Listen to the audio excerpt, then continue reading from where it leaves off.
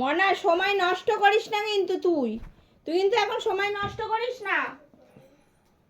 ওর সাথে একদম বকিস না, তুই তো কাজ কর, পড়তে বস।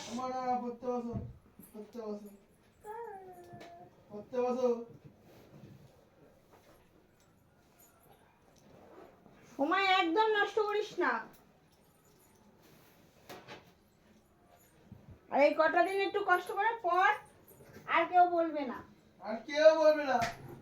তোকে গেলে না জুতো দিয়ে পিটাবো কিন্তু বলেছি। তোকে তুই আগে আয়, ওই জায়গাটায় আয়, তারপরে না তোকে বলবে। হ্যাঁ তাহলে তুই ছেড়ে দে পড়াশোনা, ছেড়ে দে দাদুর মতন পড়াশোনা, ছেড়ে দে।